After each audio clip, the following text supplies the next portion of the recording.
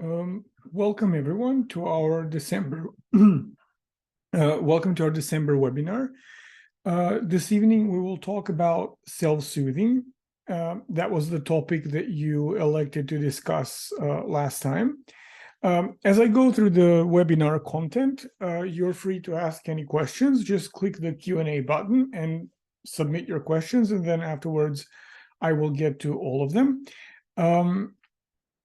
I was going to say something. Yeah, the poll is open for next month's webinar, so for January. So please vote. And then when I'm done with the webinar content, and before I go on to the Q&A, I will see what you voted for, so that those of you that have to leave know what you'll be listening to in January. So this is what we will be talking about this evening. I will show you a few examples of how my clients talk about self-soothing, because I think it's very illustrative of how people treat their needs. So I selected 3 writing samples that I've received recently. Then we will, of course, define what is and isn't self-soothing. Or rather, what are the benefits of it and what are its limitations.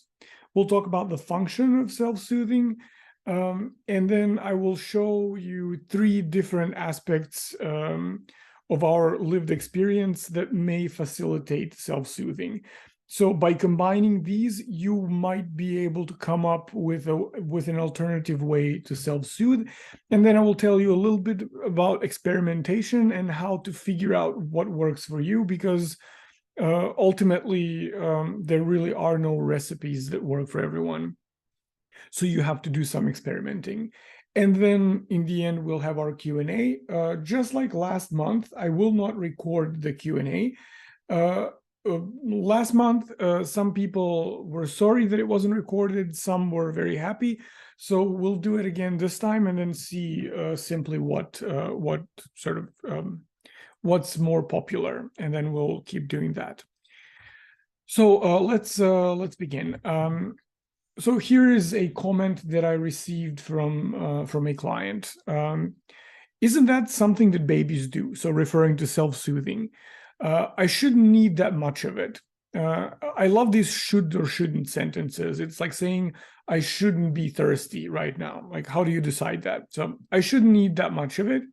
Nothing in my life is so upsetting that I need to self-soothe so much. I pull my hair at least once a day, like today. I went to work, and sure, there was a patient I operated on that experienced some complications, but he survived. It was nothing that I wasn't ready for. It seems silly that I would need so much of it. And you can see here how first a client resists self-soothing, and then he says, I shouldn't need that much of it. And then we learn that the client is a surgeon, and that he, on the day when he was writing this, which was last week, that he actually had a very complicated operation. But somehow he decided that having a seriously difficult surgical procedure is not enough for you to be stressed or anxious or need self-soothing. So it's treated almost something that babies do. And I have to say, my client does have a point, and we'll be talking about babies in this webinar as well. So brace yourselves. But overall, my impression here is this shouldn't need much of it. It's almost like my client feels that he's a grown man, he's a surgeon, he's someone who is smart, intelligent, ambitious. He's not supposed to need these infantile things. Then here's another example. I'm so completely incapable of tolerating life that I need to do these breathing exercises to make it tolerable. That's reassuring. Good to know I'm a functional, quote unquote, adult who just so happens to have to hinge her well-being on counting her breath for 5 minutes at least once or twice a day. Why? So here we see not only that the need is downplayed as something that shouldn't be necessary, we see an outright assault on the need. Because there's quite a bit of sarcasm here, or irony, sarcasm. That's reassuring, or good to know I'm a functional adult who just so happens to have to hinge her well-being on counting her breath. It's almost like the idea that you would need something like self-soothing isn't quite acceptable. And then here's the third example. It says, I'm pretty diligent about doing my self-soothing exercises and they're helping. How long do your clients use them on average before they don't need them anymore? And here we see an idea that the need is accepted, the need to self-soothe is accepted as a legitimate need, but only for a certain period of time. So it's not considered something that should be a part of someone's everyday behavior. And that, I have to say, is precisely the problem, and one of the reasons why people don't benefit from treatment as fast or as much as they could. Because the need to self-soothe is something that we talk about in support groups, in individual sessions, you name it. But it's treated as something that you can determine how much you need of, or something that you will need for a while and then won't need ever again. And just like other basic needs that we have, it will not go away. There will not be a part of your life when you will not need to self-soothe. I think this is very important to say directly and clearly so that you can accept that this need will be a part of your life. And this is not because there's something wrong with you. It's not because you struggle with hair pulling or because you're this or that kind of a person. It's because you are a person. I would dare say that it's also because you're just a living being. We know that self-soothing is something that is not even entirely reserved for humans. Dogs self-soothe as well. Other animals like cats self-soothe as well. The fact that I didn't count dogs as animals tells you how much I love my dog. But my point being is that this is not a need that is specifically human, and there is nothing wrong with having it. And I think that has to be a place where you start. That's where you have to come to be able to benefit from treatment. So to this point where you say maybe hair pulling or other BFRBs, or I don't know, drinking or whatever else you might use that is dysfunctional, maybe this is not the healthiest way to self-soothe. Maybe it's actually quite harmful, but the need itself, the need to soothe oneself, is not a bad need. It is a normal need that everyone has. And it is a need that has a very particular way of how it can be regulated. You will see what I mean when I go on to actually define the term. So what is self-soothing? It's a form of self-regulation. It's not tied to any particular emotion. So it's not that you have to soothe yourself if you're anxious or if you're sad, but not when you're happy or excited about something. Self-soothing is something that you do when you're experiencing an intense emotion that is in some way difficult, because its quality is something that's hard for you to be with, because it lasts for a very long time, because it's overwhelmingly intense. But it can be positive or negative. It doesn't matter. I have had clients who pull their hair when they're happy, when they're thrilled, when they're expecting something good to happen, but also when they are stressed or anxious or expecting something bad to happen. It's just that usually we associate hair pulling or the need to self-soothe when it comes to quote unquote negative emotions.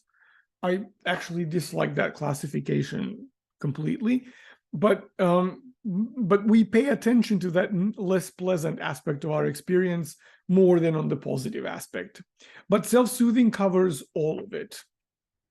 It is a very old way of self-regulating. So self-soothing doesn't involve any psychological processing. By this, I mean, you don't necessarily know even what emotion it is. You don't have to put verbal labels. You don't have to understand what's the information that the emotion carries? What is its message? You don't have to think about any of these things.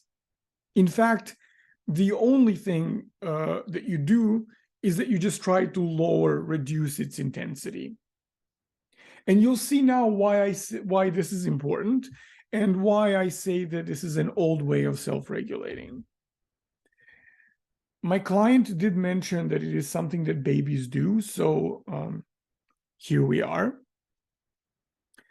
Babies are capable of learning how to self-soothe at around 6 months. So that's when they begin learning when you can actually teach your baby how to self-soothe. So that's when we're able to do that. Before the age of 6 months, you as a parent or your parents had the job of soothing you. So that's when they have to do that for you. And after that, they can begin slowly teaching you how to do that yourself.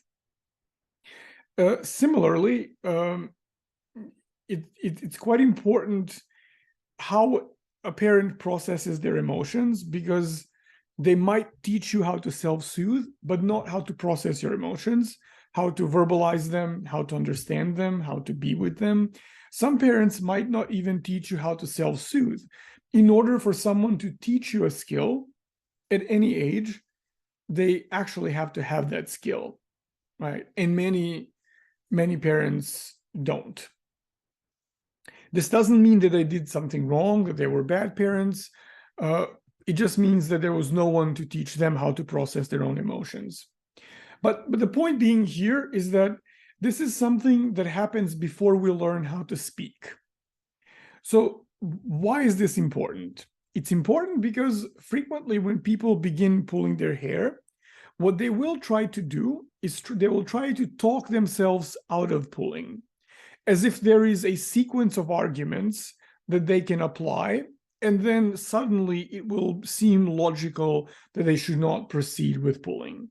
But that is not how it works, because those parts of us that need self-soothing and that use self-soothing are those very old parts of us. I guess how many times you repeat old depends on how old are you. But those parts of us that operate on a level that is beyond language or before language, right? So whatever way of self-soothing that you may choose to apply, it's not something that's going to be verbal. Sometimes it helps to talk to yourself. Self-talk can be helpful. But when my clients tell me that they do this, the first thing that I will ask is, how do you talk to yourself? And then they will tell me something like, well, I tell myself, would you just stop that pulling already? Or like, don't you dare pull. That is not self-soothing. In fact, that's agitating. It's self-agitating. When a parent talks to a baby, or even to a even to a child that is just learning how to talk, what actually feels soothing to a child is not the logical argumentation that the parents use. It's their tone of voice. That's what the child reacts to. It's how you say something. Parents usually talk very gently and very kindly to the babies, to infants, or to young children. So when you want to self-soothe using words, you have to use the tone that this layer of your experience will understand. It's like having a baby inside of you, basically. And I'm not talking pregnancy, like what some people might call inner child, right? But this would be an inner infant. So you have to address that part as if it were a baby. And so the techniques that you choose should be techniques that would work for a baby. How do you recognize this? I'm going to tell you a little bit about self-soothing and babies, and this is not because I just enjoy talking about babies. I don't have an opinion here or there about them. It's because a lot of this applies to adults in different forms. Just pay attention and try to draw some parallels with pulling. So some signs that baby is trying to self-soothe is shaking its head or like moving its head. Also, incidentally, dogs do that as well. Dogs will sometimes shake their head and yawn, and that would be a sign of self-soothing. They would thump their feet against a mattress or a wall. They play with their hands. Thumb sucking is also a way of self-soothing, because in that way, the baby is simulating breastfeeding, which is very soothing to the baby. Rocking back and forth, this happens, I believe, around the age of 6 or 7 months. And then crying is also, there's a paper that I read recently that talks about crying as a way of self-soothing. So some of these things you can actually transfer into adulthood. Grounding techniques are actually not much more complex than thumping your feet against a mattress or a wall. In fact, one of the grounding techniques that we spoke about in the last month's webinar, I wish we reversed the webinars, but you're the ones who choose the topics, so there's not much that I can do. But we talked about breathing exercises and grounding exercises, all of which are self-soothing exercises, right? So that would be one thing. Playing with hands is something that adults do as well. Adults frequently fidget. We talked about a whole class of techniques where fidgeting is what you do, right? Thumb sucking sometimes persists into sometimes even adolescence, although rarely, but it can persist into childhood, and then is often replaced by, for example, biting on your cuticles or nails, right? Rocking back and forth is something that adults do as well, not just children, and it is quite soothing. And then I was going to say about a study that I read that shows that crying is a self-soothing mechanism. I will outline what physiologically self-soothing actually means. I want to explain this. Even without reading a study, think about being sad, and then think about how you feel when you cry for a while. It feels like, essentially, it feels like there's no more sadness left inside. Like after a while, your body just remains calm or still. So crying helps you get that whatever emotion you're expressing out. And then as a result, you begin soothing, self-soothing, right? So how do parents usually soothe babies? Think of this as suggestions for yourselves as well, because remember, when we're self-soothing, we're attending to a baby within, right? So babies respond very well to having routines. So to having a structure, especially bedtime routines. This also goes for adults. Adults will frequently report that they pull their hair in those transitional periods, like when you come home from work, but before you go to sleep, or when you wake up and then until you have to leave your house to go to work or school, right? So these periods are not as structured. So having routines in place is already self-soothing. It makes us feel safe. Then babies respond to a low stimulation environment, and adults do as well. Sometimes we feel simply overstimulated, like you're staring at the computer screen all day. You're like, probably if you open your I don't know, whatever browser you use, you have, I guarantee it, at least 5, 6, 7, 10 tabs open. Recently, I was doing this group training in mindfulness, like my mindfulness 101, and one of the participants wanted to share a drawing that they made, and so as they were sharing their screen, it was a mindfulness exercise, and as they were sharing their screen, the Google Chrome came on, and it was so filled with pinned tabs that you couldn't actually even see what they are. You just had like a series of icons all the way diagonally through the screen. All of that is hyper stimulating, and it's really difficult to deal with. So in those times when you're more likely to pull, finding a low stimulation environment can be really very helpful. It helps babies and it helps adults as well. I can give you an example that is maybe sounds less dramatic than self-soothing by low stimulation, because this seems like you need to isolate yourself. But I was, for some other reasons, I was exploring a bunch of these. I don't even know how to call them, tools, accessories, whatever.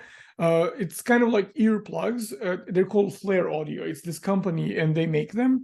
And so basically, you put them in your ears, and what they do is they don't shut off external noise because they have a hole in them, so they're not earplugs. But what they do is that they absorb extra noise. And I'm not an anxious person. I never considered myself an anxious person, and I don't consider myself one now. In fact, my resting heart rate is alarmingly low.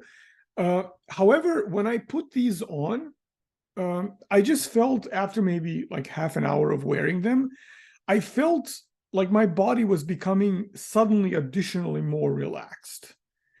It's almost like I was completely unaware how my nervous system, even if it wasn't in my consciousness, how my nervous system continuously kept getting stimulated by outside noises, sounds that come from all over the place, the sound that the computer makes, the washing machine, all of that. It's not something like, if you would ask me if this makes me feel any way whatsoever, I wouldn't be able to tell you that it makes me feel anything.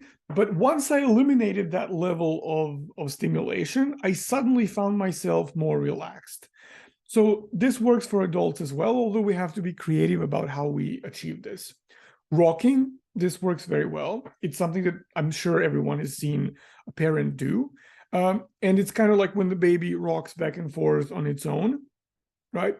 This also works for adults. And notice how rocking and routines all have one thing in common, which is that they're repetitive. Sorry, this is my speaker turning itself off. They have something in common, which is that they're all self-soothing behavior, that they're repetitive behaviors. So repetitiveness itself is frequently very soothing, right? So white noise or hushing is something that will soothe a baby. And I think I talked about this maybe in support groups, if not in one of the webinars. But there is an app that I really like to use when I need to focus on work. And this app is essentially just a collection of nature sounds, but not those that repeat themselves. They're 30 seconds long and then go on a loop, like very long recordings, these very lush and rich recordings of waves, rain, like sounds of walking on the beach, all these things. It's really, really wonderful. And I find that immensely soothing, like a baby, like swaddling also, and then touch. We will come back to this one as well later on in the webinar. What are the actual effects of self-soothing? Like, what does it mean on a physical level when self-soothing occurs, or soothing in general? So your blood pressure becomes lower, your heart rate becomes lower, anxiety is decreased. Both of these that I mentioned are, of course, part of what anxiety feels like. But other aspects of anxiety, such as thoughts racing, also become decreased. Your stress levels become decreased. There are studies that I've read that show clearly that self-soothing lowers our cortisol levels. And cortisol is a hormone that is directly responsible for our stress levels. So it's a hormone that is secreted when we are under stress or in some sort of danger. Right? So lowering cortisol levels, and then increased vagal activity, which means essentially that our sympathetic nervous system gets deactivated and our parasympathetic nervous system becomes more activated. All this by listening to the sound of waves, for example. So self-soothing completely kind of eschews our intellectual abilities, any insight that we have into anything or lack of insight, and acts directly on these infantile parts of ourselves. So what's the function then of self-soothing? The function of self-soothing is to bring our bodies back into a state of homeostasis, or in simpler terms, to restore balance. Whenever we're thrown out of our equilibrium, soothing comes into play so that we can go back to that balanced feeling. It primarily functions as a way to alleviate agitation or excitation that happens in the body. Remember, this is something self-soothing and soothing are phenomena that have developed while we were babies. So those are very old needs. So they're not intellectual. They have nothing to do with introspection. They completely ignore that layer of our experience. Self-soothing is not about positive or negative emotions. I already said this. It's only about their effects on the body. In fact, if you practice some kind of mindfulness of the body, or just try to cultivate awareness of the body, you may have noticed that in terms of how, let's say, happiness and anxiety or boredom, let's take these three, are reflected on your body, are actually quite similar. They all involve sensations in the chest, for example. They can involve increased heart rate. So as far as our bodies are concerned, there's not much of a difference if my heart rate is up. It's only when we put that in a kind of higher psychological context that we can say, oh, this type of accelerated heart rate is happiness, and this other type is actually fear or anxiety. But that requires us to know the concepts. So it requires us to internalize language and cultural rules, which babies don't. And this layer of our experience doesn't. So it's kind of like a blanket way to deal with any arousal in the body, right? And in the moment when this doesn't quite belong on this slide, but I thought it would be silly to have a whole slide for just this one sentence. But it's not useful to ask yourself why you need so much self-soothing, especially when the need is acute and present. Sometimes that just agitates you more. Sometimes it's actually a covert judgment. You say, why do I need self-soothing? But what you actually mean is, I really shouldn't be feeling this and I shouldn't be needing this. But you do, and it just is as it is, and then you have to attend to it. If you're standing in the middle of a burning building, you don't walk around trying to discover what caused the fire. You get out of the building. And then once the fire is put out, you can go back and analyze the situation. Same goes for our urgent psychological needs. This photograph here, incidentally, is a photograph of a beach that is very close to my house. This is my soothing place. Like when I took this picture a couple of days ago, when I need peace and quiet, that's where I go.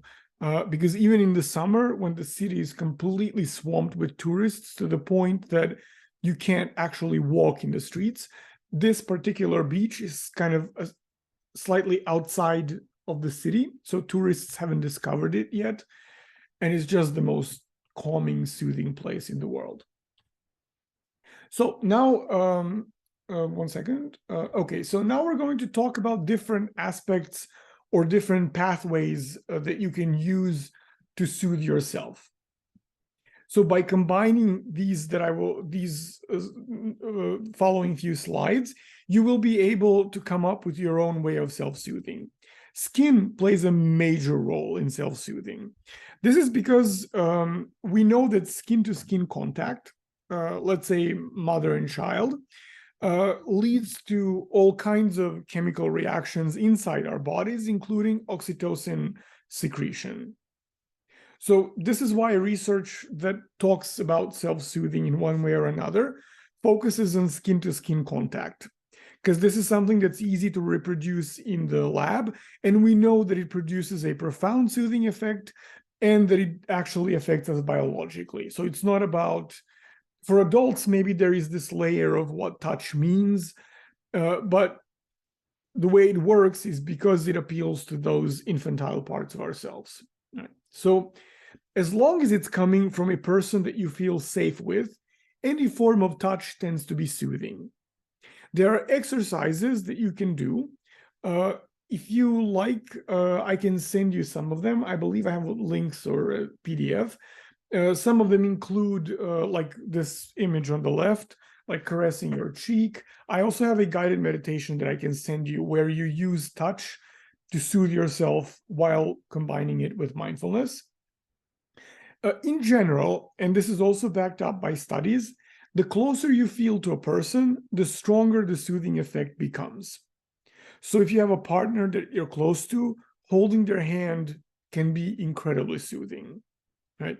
Your own skin can help you self-soothe. So touching your chest, abdomen, or giving yourself hugs, all of these are soothing techniques. This is because a newborn, for example, that doesn't see very well, doesn't have the language and the cognitive skills to process the world, doesn't make sense of anything. The only way it communicates with their parents is through touch. A parent will hug the child or hold the child. So from the earliest kind of experiences that we have, that skin plays a very important role in soothing. So this is something that I suggest that you start with and then explore. So that would be one thing. The second part is, or second aspect, is feeling safe. I differentiate between two types of those feelings, but this is just my arbitrary division. It's not necessarily something that has to correspond with your experience. There's this inner feeling of being safe, and then there's this outer sense of safety, or rather when our environment is safe or we perceive it as safe, and then we experience some soothing because we are in a safe environment. For example, my living room is my safe space in that sense. It's a place where my books are, where I have an impossibly comfortable chair, where I can sit and read and have good light. And so that's my safe space, right? These two pictures here also illustrate external spaces, but in this case, these are spaces that I find very soothing. So this picture above is a picture that I took, I don't know, maybe last summer. This is the beach that I showed you a few slides ago. It's just at sunset. And sometimes when I feel particularly agitated about something, I will close my eyes, find a place where I'm alone, and just kind of imagine myself there for a couple of seconds. Imagine the sunlight, because at this time of day when this picture is taken, the sunlight is still warm and very gentle, and there's usually a little bit of wind, and there's this combination of cold and warm at once on your skin that I find just incredibly beautiful. So for me, that would be one such place. And this picture below, this was taken in Havana on the Malecon. And this is the part where tourists don't usually walk, so a little bit farther away. And to me, there's nothing in this world like sitting there, watching the sunset, not this particular sunset, but sunset in Havana is, at least for me, so has always been very spectacular because of these beautifully gentle but somehow very strong colors. And then I sit there and journal, for example. And to me, this is, again, a very soothing experience. And if I'm able to, I will visualize that, and that soothes me. And visualization doesn't work unless I include the sensory components. So I will remember what's sitting on that concrete where this man is standing. What's the reason why I remember this picture is because this is actually my this lower picture. This is my desktop background. So like I remember what the texture of this is, what the heat and the humidity feel like, what the light is like, what it feels like when you sit on something that has been warmed up all day. To me, it's full of these very rich sensory memories, and it's these memories that you want to go after when you're trying to kind of go back or remember a safe environment. Feeling safe can also have be around people, so you can seek out people when you need soothing. Around our pets, I have a dog, and there's nothing in the world that makes me feel like when I play with her, that's just always a very special experience. sometimes if she just sleeps next to me, that soothes me for some reason. So pets are, this is not just my personal experience. There are actually studies that show that playing with pets soothes humans. You can have a blanket, like especially heavy blankets tend to be very soothing. You can have a pillow that you hug or keep on you. That is also very soothing because it gives us this feeling of safety that we're that somehow when we for whatever reason, when we feel pressure on our bodies, mild pressure obviously, that feels very safe for us. I guess it's kind of like a hug from someone who's bigger and stronger, and then maybe that's why it feels that way. Specific pieces of clothing can also feel self-soothing. Um, so I have a client, for example, who used a onesie as a form of stimulus control, and then she found that she feels very safe and comfortable in it, because I don't know why, but it did that to her, and she just kept using it, and that alone decreased her urges, which is very unexpected and rather simple. You can use memories and go back to a time when you felt relaxed and calm. But once again, kind of like with these places that you recall, you have to go back and remember the sensory data. How, for example, in both of these situations, the smell of the sea or the ocean feels important to me. And then there are obviously grounding exercises which kind of make us feel very safe. So that is a very important aspect of self-soothing. I'm not saying that you have to decide whether you want to use skin or if you want feeling safe. You can combine more of these. The more components you add, the the greater the effect will be. Repetition, as I mentioned already, is quite important because repetitive movements are very soothing to infants. So they also appeal to that part of us.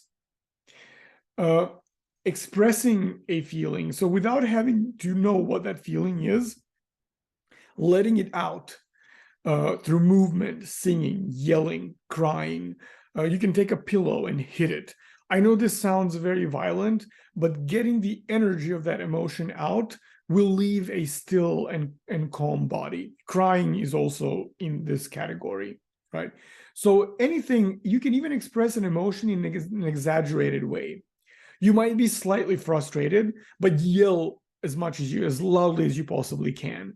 Because expressing an emotion in an exaggerated way, again, even if you don't know what that emotion exactly is, just express it however it comes.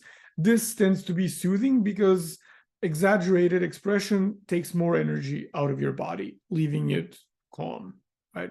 And then I mentioned this before, but I'm mentioning it again. Sensory stimulation can be quite soothing, but the trick there is to find what works for you. So, for example, I've noticed that for me, I like textures quite a lot. So I also like stones. Someone mentioned this in one group and said, "Oh, I'm a very weird person. I collect stones," and I was like, weird? I don't think so. You're my kind of a person. I like to collect stones, so I have like a bunch of them everywhere, including one on the table behind me, which was quite difficult to bring back from the beach. But I have a lot of these stones, and they all have slightly different textures. And then I've noticed that sometimes, if I need some kind of self-soothing, mostly because I sit too much and work too much, and then I get tired, sometimes I will need a very smooth surface. Sometimes I will need a rougher surface, which is why I have a bunch of these stones, most of which I've collected on the beach, but some I bought because you can buy worry stones. They're usually very smooth. And on the beach, you can find rougher stones. And then I will take this little box where I keep them in and just start playing. And usually I close my eyes so that I can focus more on the tactile sensation. And then I will find what feels right in that moment. I'm not quite able to identify the pattern, but I don't think it's really necessary, to be honest, since I already have quite a big collection of these stones, so it doesn't really matter in that sense. So the important thing there is for you to try out what works. There is no universal recipe. as I just mentioned, even for me, there isn't a universal recipe because at different times I might need different things to soothe myself. Because as you probably know this if you've been on any of my previous webinars or have spoken to me, I'm a huge proponent of mindfulness and I advertise it anytime I can. For me, going back to my body and focusing on my breath is something that really helps me self-soothe. And this is because I find a lot of comfort and safety in my breath. So I know this is since I've been observing my breath for years while I was meditating, for me, this is something that I know that my body does very, very well. And it connects me to that inner sense of safety. Like I know that it's okay if I feel like nothing is under control because my body knows how to keep me alive. It knows how to do its job. And I find that terribly, terribly soothing and reassuring. So you need to try out different techniques. Go back to previous month's webinar. Take a look at breathing exercises, grounding exercises, self-compassion gestures. If you're interested in trying some of these, but you cannot find resources, email me. You'll have my email in just a few slides. And then we will, I will send you the resources, no problem at all. So explore different sensory domains. Some people react to sounds, so maybe music will work for you, right? Make up your own techniques. Combine all of these things that I've mentioned and find a ritual. Define a set of steps that you go through. Some people find prayer, for example, quite relaxing and soothing. A part of it is symbolic because prayer has a religious connotation, so it connects you to your values. But at the same time, a part of prayer is the centering, the grounding effect that it has. And then what you can do is you can create a little ritual around your prayer. So you can set aside some time in the morning or in the evening. You can, I don't know, take a shower, prepare yourself, do some breathing exercises, have a specific space dedicated for prayer. So make it into a series of steps. And then the more you repeat them consistently, the more of a soothing effect they will have. You can include different sensory domains because you can pray out loud. In that case, you can listen to how the words sound. Sounds are very underrated. When we talk about sensory domains, even now, when I was giving an example, I talked about the tactile sensations, but sounds are equally important. Like you have whole forms of meditation that are actually just repetition of certain syllables that produce different vibrations in the body. There was actually a study done, I believe, somewhere in Israel. I read the study and I have it somewhere, and it was fascinating. But whenever I need to recall an author or a group of authors, then I cannot. But when I don't need them, I will remember them. So this study actually examined how repetition of a mantra works. So if you say a mantra out loud, you combine two of these components of self-soothing that I mentioned, repetition and sensory input, right? So what they did, instead of using mantras like from the Heart Sutra or any of the other Buddhist mantras, what they actually did was they measured how people's bodies react to just repeating numbers like 1, 2, 3, 4, 1, 2, 3, 4, right? And that seems to be very soothing. Interestingly, when I read that study, I recalled an experience that I had when I was much younger and when I didn't know much about self-soothing or mantras or any of these things. I was listening to an opera by a contemporary composer. It's called Einstein on the Beach. It was composed by Philip Glass. I can't remember that it took me a second to recall this. And so in that opera and also in another one, Akhenaten, I believe, he has these choir pieces where choirs just repeat or count or just kind of say the same word over and over and over again. And in Einstein on the Beach, there are a few sequences where they count, and they sing something like 1, 2, 3, 4, 1, 2, 3, 4, 1, 2, 3, 4, 1, 2, 3, 4, and when you have so those are those are male singers and with slightly deeper voices, and that rhythmic counting, I thought it was the most soothing thing ever. uh, to this day, like, this was back in the day when iPods existed, if you remember those. And that opera was always on my iPod because I simply fell in love with it because of it. It was so powerful, and now I know that it's because it had such a profound soothing effect on me. So play around with different sensory modalities, different ways of repetition, different ways of making yourself feel safe, and come up with one sequence, something that has 2, 3, 4 steps, but not more than that. And then practice that as a way of self-soothing, right? And of course, you can practice mindfulness of the body so that you can understand how your needs to self-soothe fluctuate throughout the day. So this is all I had for you this evening. Thank you for listening to me so carefully. Also, thanks to TrickStop for allowing us to meet every month.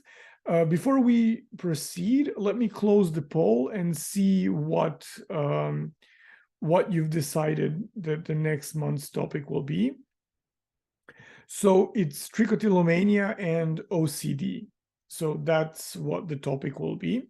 This is a very interesting topic that has quite a bit of research as well. So I will be able to present some studies, which you all know that I like doing. So for all of you who want to join the program, if you want to join in the next 7 days, take advantage of this coupon, ProWeb100, and you'll get $100 discount from the for the first month that you're in the program.